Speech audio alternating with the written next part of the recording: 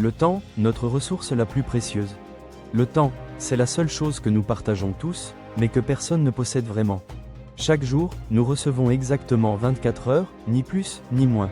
Et pourtant, certaines personnes changent le monde avec ce temps, pendant que d'autres le laissent filer entre leurs doigts. Le temps, c'est la monnaie de ta vie. Tu peux perdre de l'argent, tu peux en regagner. Mais chaque minute que tu perds, elle, ne reviendra jamais. Imagine un instant. Si tu recevais 86 400 € chaque matin, mais que tu devais tout dépenser avant minuit, que ferais-tu? Tu dépenserais chaque centime avec soin, non? Eh bien, chaque jour, tu reçois 86 400 secondes, et la plupart d'entre nous les laissent s'évaporer dans la distraction, l'hésitation, la peur, ou la paresse. Dans cette vidéo, on va parler du temps comme d'une force.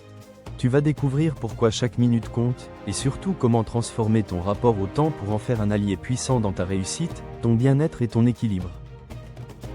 Car si tu veux une vie qui a du sens, si tu veux accomplir tes projets, si tu veux te sentir libre, tout commence par la manière dont tu utilises ton temps. Partie 1: comprendre la valeur du temps, la vérité que nous oublions tous. Le temps, c'est ce qu'il y a de plus démocratique. Chaque être humain sur Terre, qu'il soit milliardaire ou sans-abri, dispose du même capital, 24 heures par jour. Ce qui différencie les uns des autres, ce n'est pas le nombre d'heures, mais la façon de les utiliser. Quand tu regardes les gens les plus accomplis de ce monde, Elon Musk, Oprah Winfrey, Serena Williams, ou même des figures plus modestes mais profondément inspirantes, tu réalises qu'ils ont simplement appris à valoriser chaque minute. Le problème, c'est que la plupart des gens ne voient pas la valeur du temps tant qu'il n'en manque pas. On se dit, je le ferai demain, je commence lundi, j'ai encore le temps. Mais un jour, on se réveille, et on réalise que le temps est passé. Ce jour-là, ce n'est pas le regret d'avoir échoué qui fait mal, mais le regret de ne pas avoir essayé à temps. Le problème, ce n'est pas que la vie soit courte. C'est qu'on en perd une grande partie. Sénèque. Le temps, c'est la base de tout. De ton apprentissage, de ta progression, de tes relations, de ta santé, de ton bonheur. Tu veux un meilleur futur? Tu dois commencer par une meilleure gestion du présent. Exercice. Ce soir, prends 10 minutes pour noter. Comment as-tu utilisé ton temps aujourd'hui? Combien de minutes as-tu réellement consacré à ce qui compte pour toi? Tu risques d'être surpris du résultat. Partie 2: l'histoire vraie qui change tout. Le millionnaire et l'étudiant. C'est une histoire racontée par le conférencier Eric Thomas, qui illustre parfaitement ce que signifie donner de la valeur au temps. Un jour, un étudiant passionné de réussite demande à un riche entrepreneur: « Monsieur, quel est votre secret pour être devenu si prospère ?» Le millionnaire sourit et répond: « Je vais te donner une leçon que tu n'oublieras jamais. Suis-moi. » Ils sortent, marchent un moment, puis s'arrêtent au bord d'un lac. L'homme lui dit: « Plonge ta tête sous l'eau et reste le plus longtemps possible. » L'étudiant, intrigué, s'exécute. Au bout de quelques secondes, le millionnaire le retient par les épaules, l'empêchant de remonter. L'étudiant panique, se débat, puis finit par émerger, haletant, reprenant son souffle avec désespoir. Le millionnaire le regarde et dit calmement: « Quand tu voudras réussir autant que tu voulais respirer, tu auras compris l'importance du temps. » Cette histoire est devenue légendaire parce qu'elle illustre une vérité simple. Le temps n'attend personne. Et chaque seconde perdue est une seconde qui t'éloigne de ce que tu veux vraiment. Le millionnaire n'a pas parlé d'argent, de stratégie, ni de chance. Il a parlé d'urgence.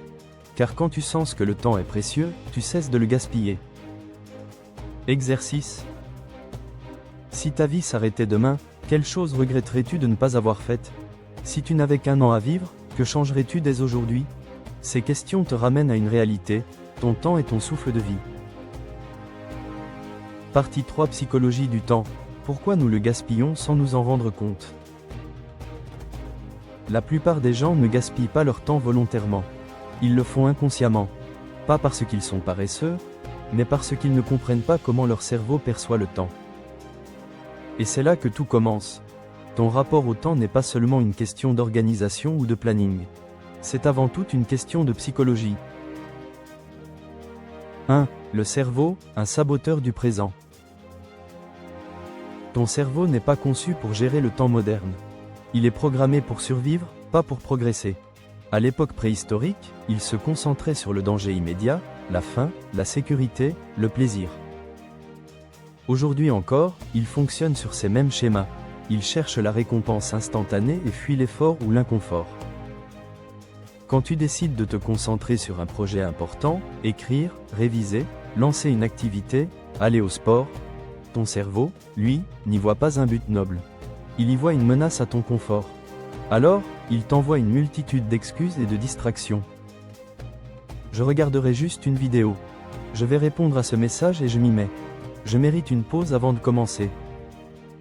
Ces micro-échappatoires te donnent une illusion de détente, mais elles détruisent ta discipline temporelle. Tu te retrouves dans un cycle où chaque minute perdue te semble anodine, alors qu'en réalité, elle grignote ta liberté. 2. Le piège de la dopamine, la récompense facile. La dopamine, c'est le neurotransmetteur du plaisir anticipé.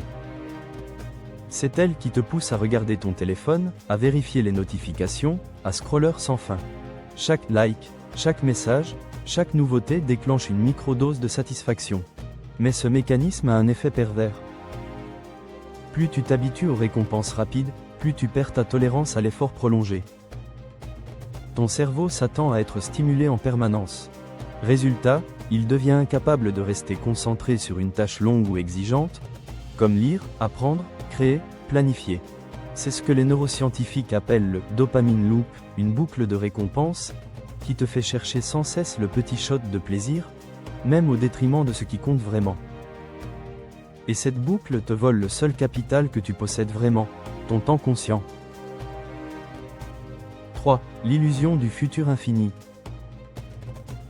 Un autre mécanisme psychologique nous piège, l'être humain vit comme s'il avait un futur illimité. On se dit, je ferai ça plus tard. Mais plus tard devient jamais. Les chercheurs en psychologie comportementale parlent du biais du présent. Nous accordons beaucoup plus de valeur à ce que nous pouvons obtenir maintenant qu'à ce que nous pourrions construire demain. C'est pourquoi tant de gens repoussent leurs projets importants, leurs rêves, ou même leurs décisions de santé. Ce biais nous fait vivre dans une illusion de confort temporel. On croit avoir le temps, jusqu'au jour où l'on comprend que le temps, lui, ne nous attend pas. Pense à toutes ces fois où tu t'es dit « Je le ferai quand j'aurai plus de temps ». Mais le paradoxe, c'est que le temps ne se libère jamais tout seul. Il faut le prendre, consciemment. 4. La dette temporelle, quand ton futur paye pour ton présent. Chaque minute perdue n'est pas anodine. C'est une dette temporelle que tu fais payer à ton futur. Tu repousses ce qui compte, tu t'enlises dans des tâches inutiles, tu dis oui à tout, et un jour, tu te retrouves avec des regrets. Le stress, la fatigue, le sentiment de ne pas avancer, tout cela est le résultat d'une mauvaise gestion psychologique du temps. Les neuroscientifiques l'ont prouvé, plus tu multiplies les interruptions, plus ton cerveau met de temps à revenir à un état de concentration profonde. Chaque distraction coûte de 15 à 20 minutes de productivité réelle. Imagine ce que ça représente sur une journée, une semaine, une année. Tu crois avoir été occupé, alors qu'en réalité tu n'as fait que jongler entre des fragments de temps brisés. 5. Le pouvoir de la conscience temporelle. Mais la bonne nouvelle, c'est que ce n'est pas irréversible. Tu peux réentraîner ton cerveau à respecter ton temps. Tout commence par la prise de conscience. Chaque fois que tu choisis de ne pas succomber à une distraction, tu renforces ton muscle mental. Tu deviens plus présent, plus calme, plus efficace. Et cette présence transforme tout. Ta productivité, ta sérénité, ton rapport à toi-même. Tu n'as plus besoin de courir après le temps, parce que tu deviens maître de ton rythme. Exercice pratique, le moment de clarté. Pendant une journée, installe un minuteur sur ton téléphone. Toutes les 60 minutes, quand il sonne, arrête-toi 10 secondes et demande-toi. Est-ce que ce que je fais en ce moment sert ce que je veux vraiment dans ma vie ? Tu seras surpris du nombre de fois où la réponse sera non. Et c'est parfait, car c'est le premier pas vers la maîtrise du temps. Chaque fois que tu réalises que tu es en train de le perdre, tu regagnes le pouvoir de le choisir. Le temps, ce n'est pas seulement une question d'horloge. C'est une question de conscience. Et le plus grand changement ne commence pas dans ton agenda, mais dans ton esprit.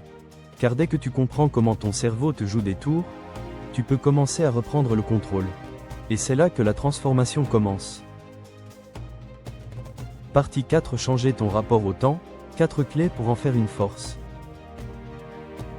Apprendre à maîtriser son temps, ce n'est pas seulement remplir un agenda ou cocher des cases. C'est changer de rapport à la vie. Parce que ton rapport au temps, c'est ton rapport à toi-même, à ton énergie, à ta concentration, à tes priorités. Le temps ne t'échappe pas vraiment. C'est toi qui le laisses partir quand tu vis sans direction. Voici 4 clés puissantes pour reprendre le contrôle. 4 façons de transformer ton temps en une force de clarté et d'efficacité. Clé numéro 1. Prends conscience de ta temporalité personnelle. Tout le monde n'expérimente pas le temps de la même manière. Certains le vivent comme une urgence constante, ils courent, s'agitent, accumulent les tâches. D'autres le vivent dans la procrastination, ils repoussent, se perdent dans l'attente du moment parfait. Mais rares sont ceux qui habitent le présent. Être présent, ce n'est pas vivre lentement. C'est vivre pleinement. C'est être là, conscient de ce que tu fais, de pourquoi tu le fais. Le présent n'est pas un lieu où l'on passe, c'est un lieu où l'on crée. Les chercheurs en psychologie positive montrent que les personnes capables de vivre dans la pleine conscience ressentent moins de stress et plus de satisfaction au quotidien. Pourquoi ? Parce qu'elles ne subissent plus le temps, elles le ressentent. Exercice. Le rituel des 2 minutes de présence.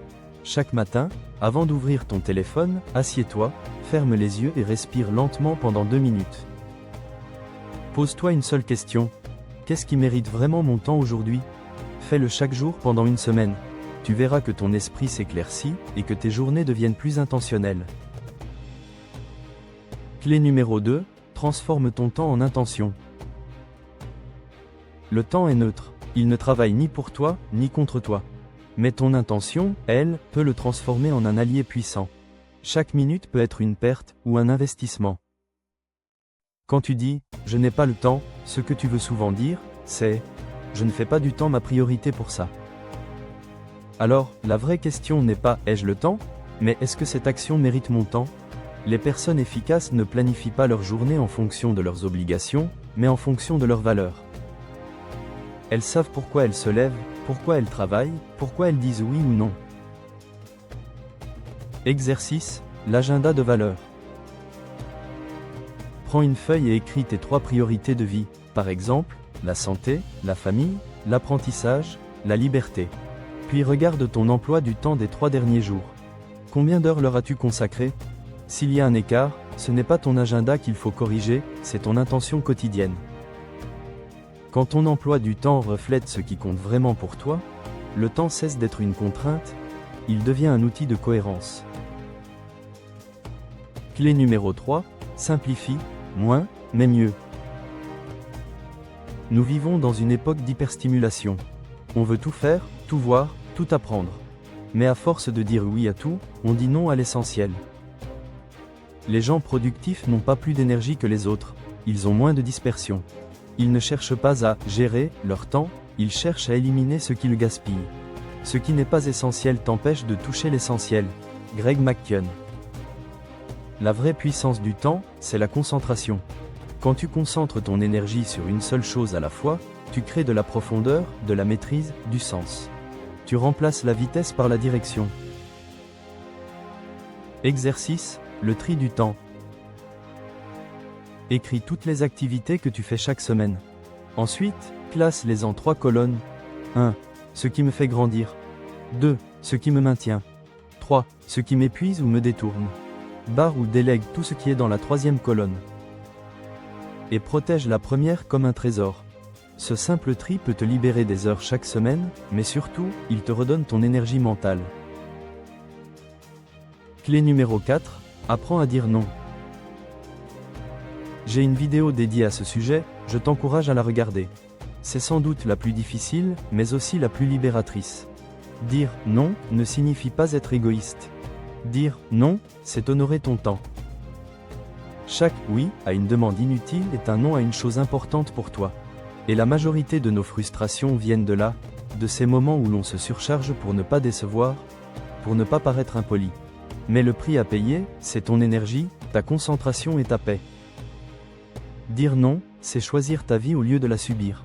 C'est mettre une frontière saine entre ce que tu veux vraiment faire et ce que les autres attendent de toi.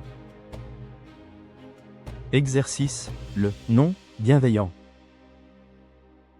Pendant une semaine, dès qu'on te sollicite pour quelque chose qui ne t'apporte rien, ou qui ne correspond pas à tes priorités, prends une respiration et dis calmement « Merci de penser à moi, mais je ne peux pas cette fois. » Tu verras, tu ne perds rien.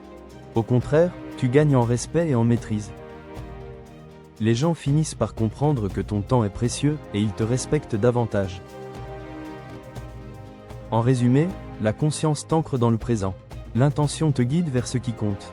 La simplification libère ton espace mental. Le non protège ton énergie.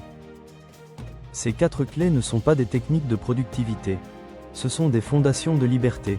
Elles te permettent de redevenir le créateur de ton temps, au lieu d'en être le prisonnier. Chaque jour, tu peux soit laisser le temps décider pour toi, soit décider comment tu veux vivre ton temps. Et cette décision, c'est celle qui change tout. Partie 5 exercices pratiques et mini-défis pour reprendre le contrôle de ton temps. Voici une série d'exercices pour t'aider à reprendre la main sur ton temps. Exercice 1. Le défi de la journée consciente. Note ce que tu fais heure par heure pendant une journée complète. Analyse ensuite combien de temps tu consacres à tes vraies priorités. Tu seras souvent surpris, la majorité de nos journées part en actions automatiques. Exercice 2. Le défi de l'heure d'or. Réserve chaque matin 1 heure sans distraction pour travailler sur un seul objectif. Pas de téléphone, pas de mail, pas de notification. Juste toi et ton intention. Exercice 3. Le défi du soir.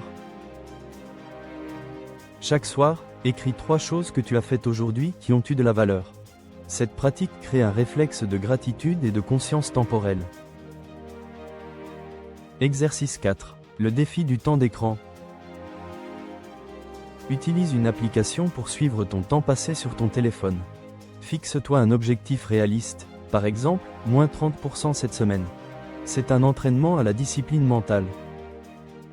Ces exercices ne demandent pas de changer toute ta vie d'un coup. Ils t'apprennent simplement à devenir le gardien de ton temps. Ton temps, ta vie. À la fin, tout se résume à cela. Le temps, c'est la vie. Chaque minute que tu vis, c'est une minute de ton existence que tu offres à quelque chose. À toi de choisir à quoi tu l'offres. Tu peux le gaspiller dans la distraction ou le consacrer à la construction. Tu peux le perdre dans la peur ou l'investir dans le progrès. Mais une chose est sûre, le temps passe, qu'on le veuille ou non. Alors choisis de vivre intentionnellement. Car la différence entre une vie subie et une vie accomplie, c'est la manière dont tu utilises ton temps. Ne dis pas que tu n'as pas le temps.